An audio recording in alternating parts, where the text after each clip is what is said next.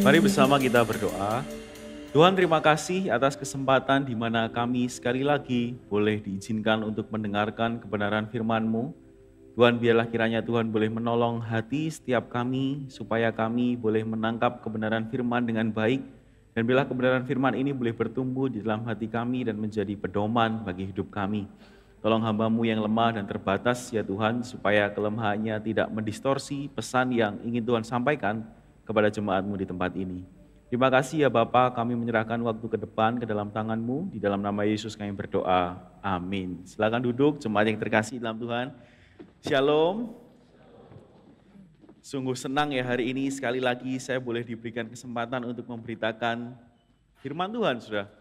Dan firman Tuhan hari ini diberikan judul tanggung jawab atas kekayaan, saudara. Pagi-pagi udah ngomongin kekayaan, saudara. Apalagi kalau temanya diganti, bagaimana mendatangkan kekayaan secara Kristiani. Waduh, tapi tema gitu nggak akan ada di gereja kita kayaknya ya.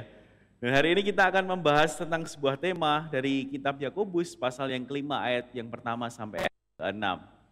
Saudara, ngomongin kekayaan, beberapa waktu yang lalu saya itu main Instagram terus nemu ada sesuatu hal yang menarik, saudara. Ada seorang di Instagram influencer yang namanya Bobby Saputra. Siapa yang pernah dengar nama ini? Kayaknya anak-anak muda harusnya pernah dengar ya. Nah, Bobby Saputra ini membuat konten seperti ini. Bapak Ibu perhatikan ya. I'm Bobby Saputra. I'm a billionaire from Indonesia. And people think Indonesians are poor. But I have 73 cars. A different one for each day of the year. Which is useless because Jakarta is full of traffic. The traffic is so crazy in Jakarta. Can't stand this. I just left my car in traffic and went on a Gojek. Much faster. If you want this car, just take it, it's still here. For lunch, I went to a place that's full of rich Asian moms like me, who have no job. And I ate an entire kilogram of steak.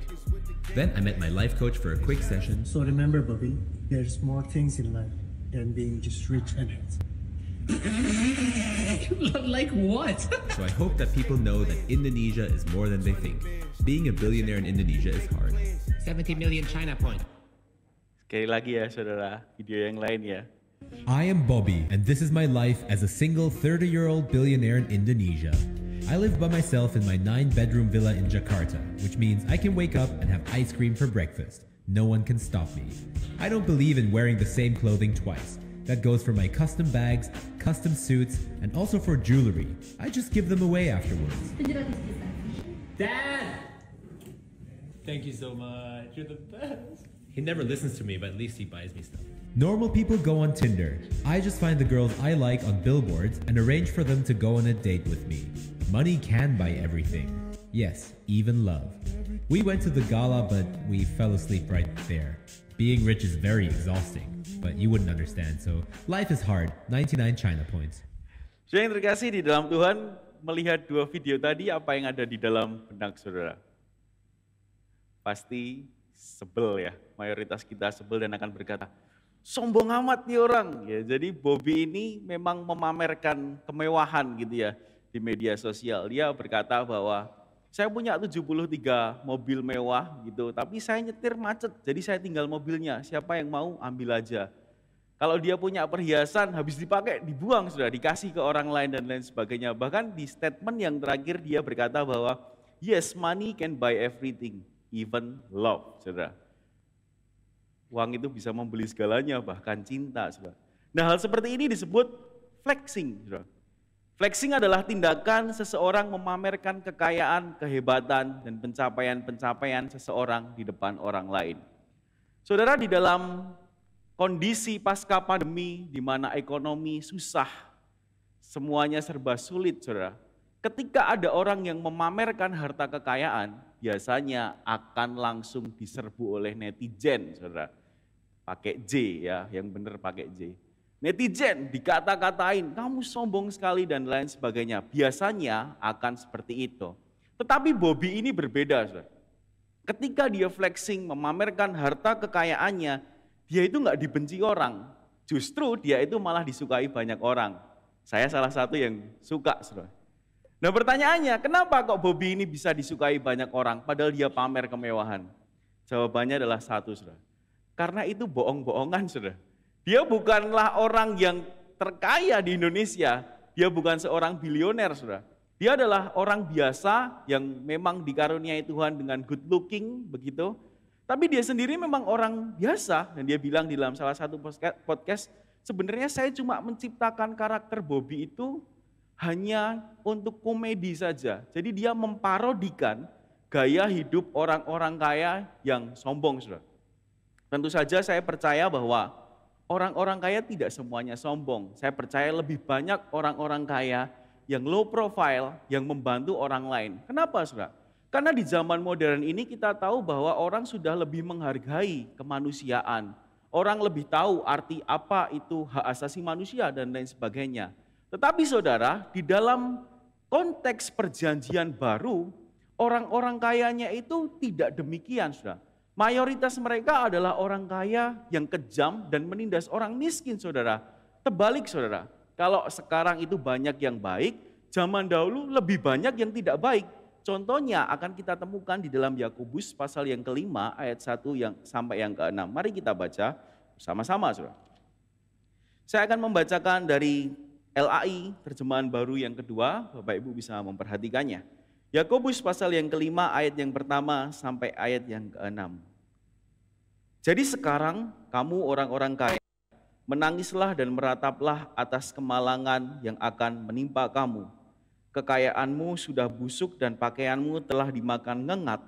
Emas dan perakmu sudah berkarat dan karatnya akan menjadi kesaksian terhadap kamu dan akan memakan dagingmu seperti api.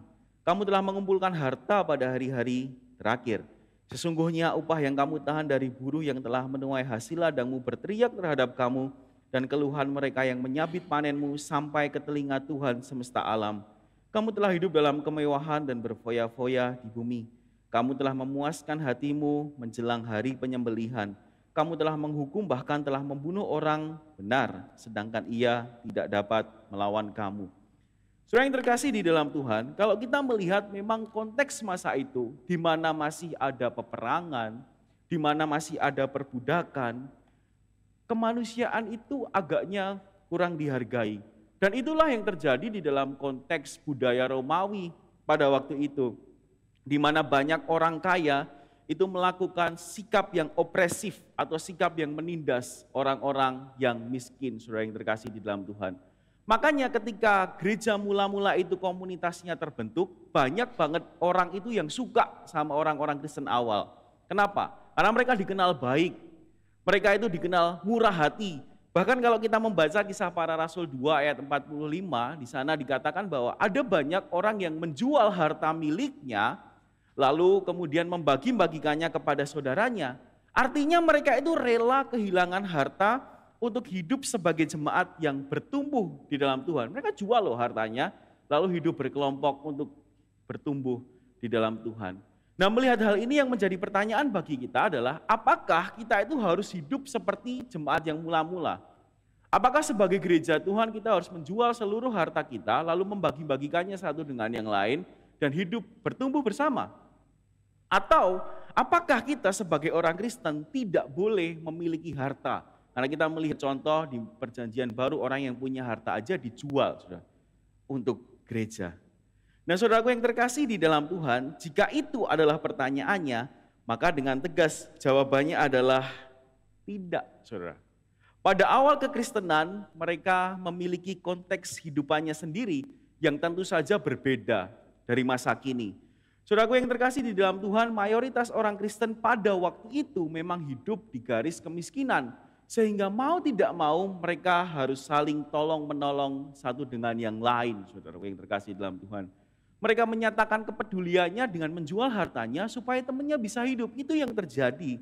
Tetapi konteks hari ini tentu saja berbeda dengan konteks masa itu. Selain itu saudara, sebenarnya Alkitab itu mengajarkan bahwa kita itu boleh memiliki harta bahkan sejak awal manusia diciptakan. Sudah waktu manusia ditaruh di Taman Eden, Tuhan itu ngomong, kamu boleh makan semua buah yang ada di sini, tapi jangan buah pengetahuan yang baik dan yang buruk, saudara. Artinya kamu boleh punya semua buah yang ada di sini, tapi yang satu ini jangan, saudara.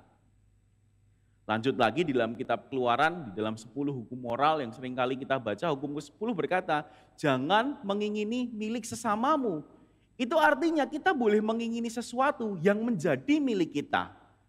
Dan kita tidak boleh mengingini apa yang menjadi milik orang lain, istri atau suaminya misalnya, anak-anaknya, hartanya, dan lain sebagainya. Karena itu milik orang lain. Nah kalau pacar orang lain gimana? Ini yang muda-muda. Kan janur kuning belum melengkung. Boleh nggak kita mengingini pacar orang lain? Saya nggak tahu, tanya Bu Nila ya nanti ya, saudara. Nah di dalam perjanjian baru, saudara, juga dijelaskan bahwa Tuhan itu sengaja memberikan talenta. Di dalam perumpamaan talenta, sudah kita tahu ada yang dapat 5, ada yang dapat 2, ada yang dapat 1. Satu talenta itu, saudara, kalau diukur upah pekerja kasar, let's say katakan 60.000 pekerja kasar sehari dapat upah. Itu satu talenta itu nilainya 420 juta, saudara. Karena satu talenta sama dengan 6.000 hari kerja, jadi 60.000 kali 6.000, saudara. 42, benar ya? Salah ya. 360 juta harusnya ya. Nah kalau yang 5 talenta berarti 1,8 M, saudara. 1,8600 kayaknya ya. Ya pokoknya banyak lah, kira-kira begitu ya. Jadi Tuhan pun di dalam Alkitab memberikan perumpamaan bahwa dia memberikan talenta. Dia memberikan harta kepada seseorang untuk dikembangkan, saudara. Nah contoh-contoh di atas menunjukkan bahwa Tuhan itu tidak melarang kita untuk memiliki harta. Tetapi Tuhan juga menuntut kita untuk menggunakan harta dengan cara yang benar. Saudara, di dalam Alkitab itu selalu dijelaskan bahwa konsep kepemilikan akan harta itu konsepnya adalah stewardship atau penata layanan, saudara. Nah, menjadi seorang penata layan bukan berarti kita tidak boleh memiliki dan menikmati harta. Boleh, saudara. Tapi penata layan yang baik juga harus mengakui bahwa seluruh kepunyaan mereka adalah milik Allah. Sehingga mereka berusaha memakainya untuk kemuliaan nama Allah. Ini adalah prinsip yang penting dari seorang penata layan. Jadi kita bersyukur atas apa yang Tuhan berikan kepada kita, tapi sebagai penata layan yang baik kita juga harus menggunakannya untuk kemuliaan Allah. Nah melalui kitab Yakobus ini kita belajar bahwa sebagai seorang penata layan, kita itu yang pertama jangan mencari harta kekayaan seperti mereka yang tidak mengenal Allah. Lalu yang kedua, gunakan harta kita untuk kemuliaan Allah. Poin yang pertama, saudara, jangan mencari harta kekayaan seperti mereka yang tidak mengenal Allah. Saudara, tulisan Yakobus pasal yang kelima ayat 1 sampai yang ke-6 itu ditujukan yang pertama sebenarnya adalah untuk menghibur orang-orang Kristen yang pada waktu itu sedang di dalam penindasan oleh orang-orang yang lebih kaya. Ketika saya mempersiapkan bagian ini, saya membaca sedikit latar belakang sosial ekonomi pada waktu itu dan menemukan bahwa memang 10% dari orang-orang masa itu adalah orang-orang kaya, saudara. Orang-orang yang punya power, orang-orang yang punya kuasa. Dan 90% lainnya itu hidup di bawah garis kemiskinan. Ada penafsir-penafsir yang mengatakan bahwa nggak ada middle class kayaknya di dalam masyarakat waktu itu. Kenapa? Yang middle, yang punya tanah tapi sedikit biasanya diteken untuk jual tanahnya kepada orang-orang yang kaya ini. Dan orang-orang yang kaya ini sangat opresif atau sangat menindas orang-orang yang miskin. Tentu saja mayoritas ya, saya tidak tahu pasti berapa persen dari 10% itu yang opresif. Tapi pasti mayoritas. Karena melalui Alkitab di dalam Yakobus pasal yang kelima ini, orang-orang kaya itu diingatkan, disindir, bahkan ditegur dengan keras oleh Yakobus, saudara. Karena perilaku mereka. Dan ngomong-ngomong, orang-orang kaya yang dimaksud di sini kebanyakan adalah mereka yang hidup tidak mengenal Allah atau tidak menjadi bagian di dalam gereja. Saudara yang terkasih di dalam Tuhan, orang-orang ini punya 3 karakteristik. Kalau kita membaca dengan seksama, terkhusus Yakobus pasal yang kelima dan penjelasan Pak Binsar minggu lalu tentang Yakobus pasal yang keempat. Yang pertama, orang-orang ini tidak butuh Tuhan. Kemarin sudah dijelaskan ya oleh Pak Binsar bahwa ada banyak bisnismen yang pada waktu itu berkata, wah aku bisa melakukan bagi diriku sendiri, aku udah ngerti caranya. Dia sama sekali tidak melibatkan Tuhan di dalam perencanaannya saya pikir sudah cukup jelas dijelaskan oleh Pak Binsar minggu lalu. Yang kedua yang terlihat begitu jelas di dalam Yakobus pasal yang kelima, mereka itu sangat kejam terhadap orang miskin, saudara.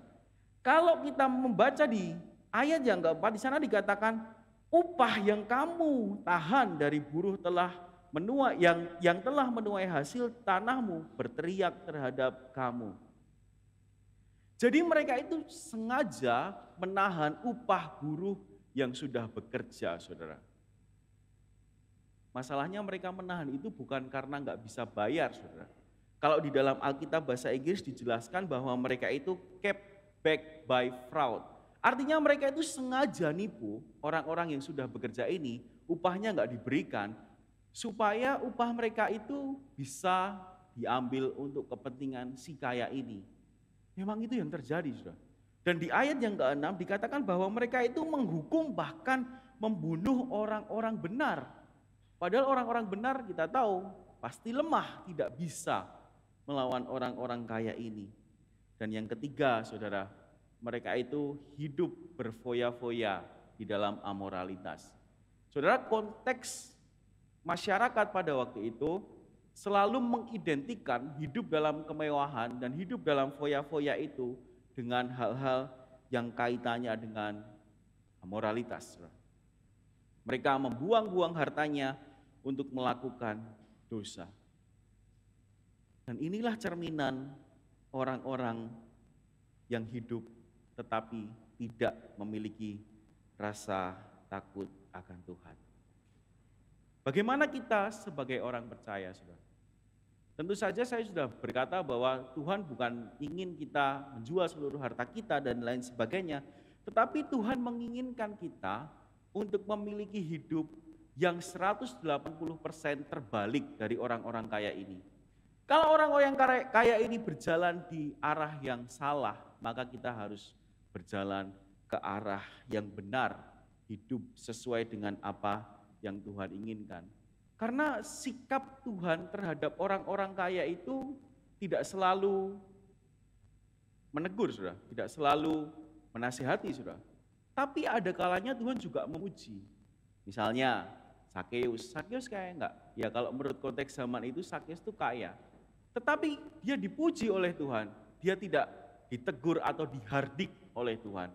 Tapi ada juga orang muda yang kaya yang berkata, Tuhan aku harus ngelakuin apa lagi untuk aku bisa mendapatkan hidup yang kekal. Tuhan bilang, ya jual seluruh hartamu, bagi-bagikan terus ikut aku. Saudara, orang kaya itu sedih, saudara. Dikatakan dalam Alkitab karena banyak hartanya. Nah, Tuhan menegur orang yang seperti ini. Sama-sama kaya, satu ditegur, satu diapresiasi. Bahkan waktu di Sakeus Tuhan itu bilang bahwa hari ini telah terjadi keselamatan kepada rumah ini. Karena orang ini pun anak Abraham. Lukas 19 ayat 9. Kenapa bisa seperti itu? Ya karena memang Tuhan itu tidak pernah bermasalah dengan kekayaan. Harta itu netral. Yang dipermasalahkan Tuhan itu adalah sikap hati seseorang terhadap harta. Yang masalah itu adalah cinta akan uang. Bukan uangnya, saudara. Karena uangnya netral. Uang bisa dipakai untuk memuliakan Tuhan atau juga sebaliknya. Nah, Tuhan menginginkan kita untuk memiliki sikap hati yang benar terhadap harta kita. Kita menggunakannya dengan penuh ucapan syukur untuk kemuliaan nama Tuhan tentu saja. Dan kita jangan mencari harta seperti orang-orang kaya yang sudah saya jelaskan. Sudah beberapa waktu yang lalu ada sebuah video YouTube di kanal YouTube Mr. Beast namanya ya. Video itu adalah video reality show di mana judulnya 150 juta sehari jika kamu sanggup bertahan di hutan ini. Waduh, kita pakai kurs 15.000 aja ya biar gampang. Jadi kalau bahasa aslinya $10.000 sehari. Jadi $10.000 150 juta, ya anggap aja bener lah. Pokoknya banyak, saudara. Jadi di dalam video itu ada dua orang yang tidak pernah saling kenal sebelumnya dipertemukan, lalu dikasih challenge. Kalau kamu tinggal sehari di sini, nanti aku kasih 150 juta. Benar, saudara, mereka melakukan challenge itu. Hari yang pertama, sudah tahu apa yang terjadi? Ada pesawat kecil jatuhin koper, isinya 150 juta. Siapa nggak senang, saudara? Ketibanan koper isinya 150 juta. Hari kedua pun sama, hari yang ketiga pun sama, keempat, seminggu, 2 minggu, semua bisa berjalan dengan baik. Tapi ada satu problem, saudara. Kalau salah satu dari mereka menyerah, maka jumlah uangnya nggak bisa nambah lagi. Kalau salah satu dari 2 itu menyerah, jumlah uangnya nggak bisa nambah lagi. Nah, problem itu akan muncul hari demi hari ketika semakin lama dia tinggal di hutan itu. Kenapa bisa muncul? Karena misalnya gini, di hari yang ke-40, istrinya dan anak-anak dari 2 kontestan ini didatangkan, saudara. Ya mereka melepas kangen, ya 40 hari nggak ketemu jadi Tarsan di hutan, saudara. Lalu istri dari salah satu kontestan bilang, sudahlah aku mau kamu pulang, sudah cukup uangnya. 40 hari kali 150 juta banyak, saudara. Sudah cukup uangnya, aku mau kamu pulang, aku butuh kamu, istriku butuh kamu. Diomongi seperti itu, apa yang dilakukan, saudara? Lanjut, saudara, masih 40 hari masih kuat, saudara. Tapi di hari yang ke-65, salah satu kontestan ini mulai bilang gini, wah, aku nih sudah capek jadi Tarsan, aku mau balik hidup jadi manusia. Kira-kira dia merasa sudah kehilangan dirinya sebagai manusia, nggak bisa berinteraksi dengan dunia luar karena memang nggak boleh pakai HP, nggak bisa ngobrol dengan orang-orang yang dia kasihi, nggak bisa beli makanan yang dia suka dan lain sebagainya. Tapi uangnya banyak di hari yang ke-65. Satunya lagi masih kekeh, aku bisa pokoknya sampai $1 juta. Baru kita keluar dari tempat ini. Satunya kekeh, satunya sudah menyerah. Berantemlah mereka berdua. Sampai, saudara, di hari yang ke-74, saudara, mereka akhirnya sadar bahwa ada hal yang jauh lebih berharga daripada uang, yaitu kehidupan mereka sebagai manusia. Mereka berdua menyerah dan akhirnya challenge itu selesai, saudara. Nah, mungkin saja mereka bisa bertahan di hutan itu lebih lama. Karena mereka udah tahu cara mancing, cara berburu, cara memasak makanan dan lain sebagainya. Mereka bertahan 2, 3 tahun, 4 tahun pun bisa. Tetapi mereka akan kehilangan dirinya sebagai manusia. Uang itu tidak bisa menggantikan kehidupan mereka sebagai seorang manusia yang membutuhkan relasi dengan orang yang mereka cinta. Saudara, selalu ada hal yang jauh lebih berharga daripada harta kita. Istri atau suami kita lebih berharga daripada harta kita. Anak-anak kita jauh lebih berharga daripada harta kita. Orang-orang yang kita cinta jauh lebih berharga daripada harta kita, saudara. Terlebih lagi Tuhan Yesus, saudara. Dia pribadi yang jauh lebih berharga daripada semua yang bisa kita miliki di dunia ini. Dialah pribadi yang paling berharga di dalam kehidupan kita. Apa gunanya kita punya uang yang begitu banyak tapi kita tidak bisa menggunakannya untuk orang-orang yang kita cintai, untuk kemuliaan nama Tuhan. Saudara, ini adalah prinsip, saudara, yang tentu saja tidak hanya berlaku bagi orang-orang yang kaya saja, melainkan juga bagi kita yang secara ekonomi mungkin tidak kaya. Seorang penata layan yang baik adalah mereka yang memiliki harta dan menggunakannya bagi kemuliaan Allah, bukan mereka yang dimiliki harta dan menggunakannya untuk kepentingan sendiri. Saudara, sebab itu kita harus ngecek hati kita. Kita harus bertanya pada diri kita sendiri, saudara. Sebagai seorang pebisnis, saudara, untuk apa saya mengejar target-target di dalam bisnis saya? Tidak selalu mengejar bisnis itu salah, saudara. Kalau sudah mengejar bisnis, mengejar target-target bisnis supaya dapat lebih dan lebih lagi, nah itu perlu dikoreksi hatinya. Tetapi kalau saudara mengejar sebuah target dengan kesadaran bahwa saya ini bertanggung jawab untuk karyawan-karyawan yang ada di bawah saya, yang ratusan, yang puluhan, artinya ada berapa orang yang menjadi tanggung jawab kita, saya harus berjuang keras supaya mereka juga bisa mendapatkan penghidupan yang layak. Tuhan menghargai tanggung jawab saudara. Terlebih lagi ketika ekonomi menjadi sulit, saudara. Tuhan tahu hatimu, engkau mengejar target supaya orang-orang yang ada di bawahmu itu bisa mendapatkan penghidupan yang layak, saudara. Tapi kalau saya kejar target karena saya pengen uang yang lebih banyak, nah itu perlu dikoreksi. Tuhan tahu hati kita. Jadi di tengah-tengah kondisi yang sulit kita juga tidak perlu berdoa, Tuhan tolong datangkan burung gagak. Untuk memberkati saya, kan ada ya yang berdoa gitu. Tuhan tolong datangkan berkat dari atas bawah kanan kiri, nggak perlu, sudah no need. Sudah datang kepada Tuhan dan Tuhan tahu hatimu. Tuhan tolong saya bertanggung jawab atas orang-orang ini. Dan dia akan membukakan jalan untuk saudara. Kalau saudara hari ini berada di dalam kondisi yang lebih baik, saudara, ketika target-target tercapai, ketika berkat-berkat itu datang, saudara, mari mengucap syukur kepada Tuhan. Dan tetap berhati-hati tentu saja, jangan kita meresikokan apa yang lebih dari seharusnya demi mendapatkan uang yang lebih banyak, saudara. Misalnya di dalam sebuah proyek klien kita datang dan berkata, Pak ini perlu uang komitmen, transfernya titip saya aja nggak apa-apa Pak. Hati-hati, saudara. Dan saya percaya saudara lebih paham akan hal-hal yang ini. Tapi poin saya adalah jangan kita meresikokan lebih untuk keuntungan yang lebih besar. Tapi mari kita bersyukur atas apa yang kita miliki dan kita terus berjalan di dalam anugerah Tuhan. Bagi saudara yang saat ini adalah seorang pekerja di sebuah perusahaan, saudara bekerjalah dengan baik seperti untuk Tuhan. Bantulah perusahaan tempat di mana saudara bekerja untuk mencapai target-targetnya. Karena kesejahteraan perusahaan adalah kesejahteraan saudara juga. Bekerjalah dengan penuh tanggung jawab dan Tuhan akan mengarahkan wajahnya kepadamu. Mari kita terus mencari harta, tapi di jalan yang memang dikehendaki Tuhan. Tidak seperti orang-orang kaya yang dijelaskan di dalam kitab Yakobus.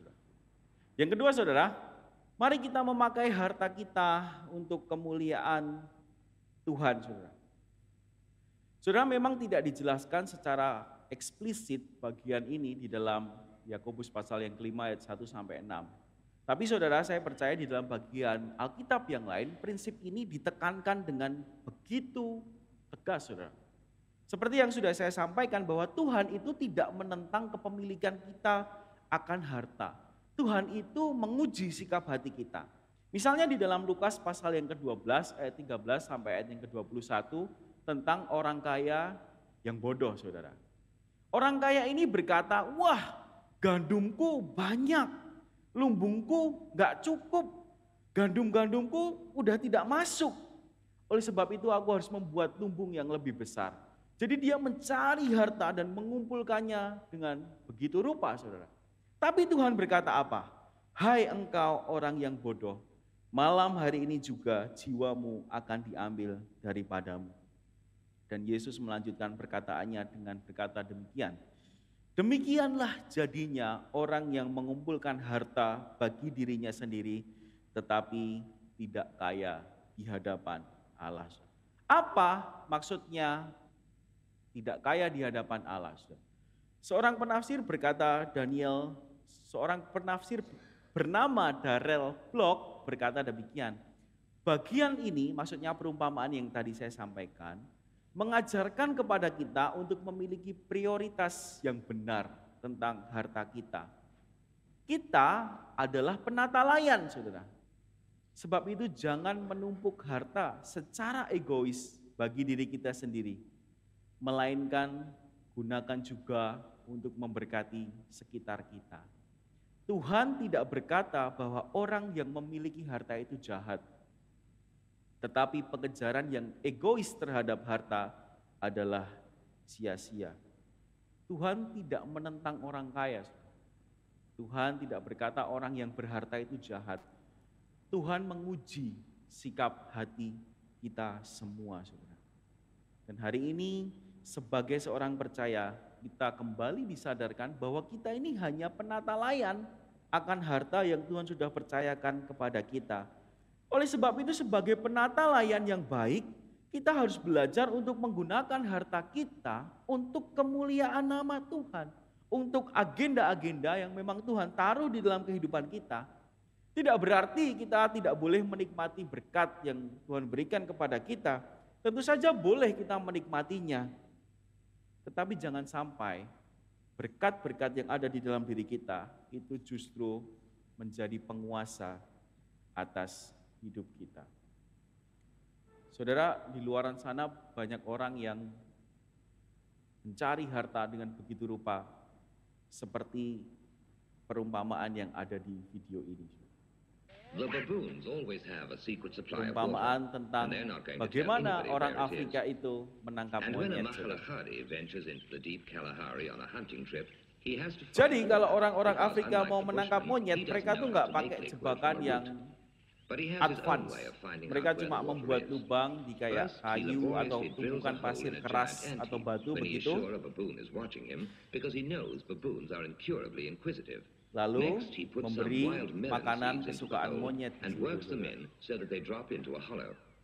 Then he saunters off, Lalu mereka knowing the nunggu. baboon is burning with curiosity.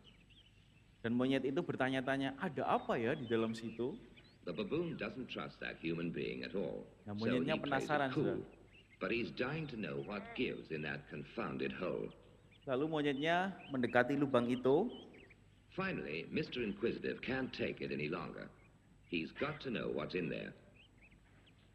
dan mengambil He reaches in, grabs a fistful, and now his hand's too kacang big to come out. atau sesuatu yang dia suka.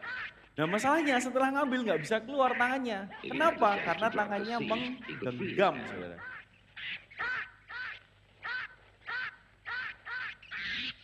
Dan akhirnya dia Now he lets go when it's too late. tertangkap, saudara. Dia melepaskan genggamannya, tapi sudah terlambat. Saudaraku yang terkasih di dalam So Tuhan, that was a smart enough way to catch a apa yang baboon, ada but he's di dalam video ini adalah gambaran manusia yang hidupnya dikuasai oleh hartanya. Saudara. Seringkali ada banyak orang yang rela mengorbankan banyak hal. Waktu bersama keluarga, kesehatannya,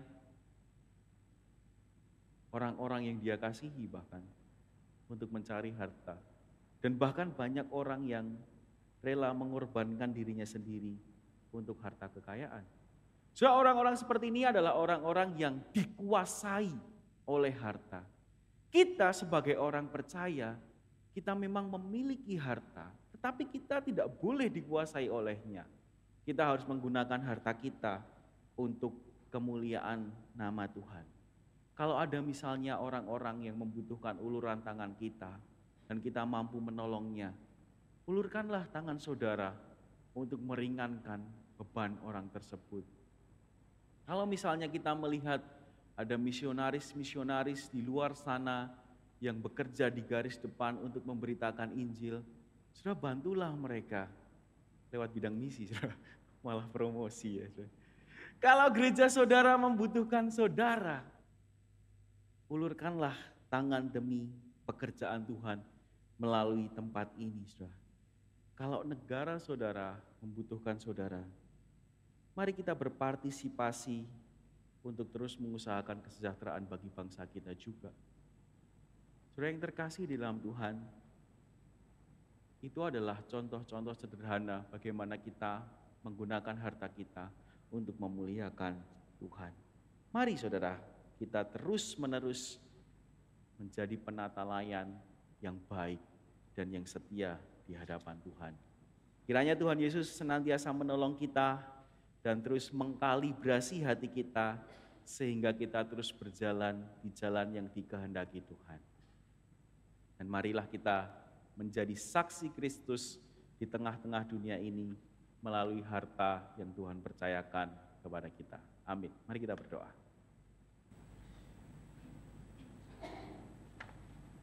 Tuhan, terima kasih atas kesempatan di mana sekali lagi kami diingatkan bahwa apa yang kami miliki semuanya adalah daripada Tuhan. Kami adalah penata layan dari harta yang Tuhan percayakan kepada setiap kami. Oleh sebab itu, ajarkan kami untuk menjadi orang-orang yang bertanggung jawab atas apa yang Tuhan percayakan kepada kami. Dan ajarkan kami juga untuk menjadi orang-orang yang boleh memakai harta kami terlebih seluruh hidup kami untuk kemuliaan bagi nama Tuhan. Roh Kudus tolong kalibrasi terus hati kami sehingga kami terus berjalan di jalan yang Tuhan inginkan untuk kami berjalan. Terima kasih ya Tuhan, di dalam nama Yesus kami berdoa dan mengucapkan syukur kami. Amin.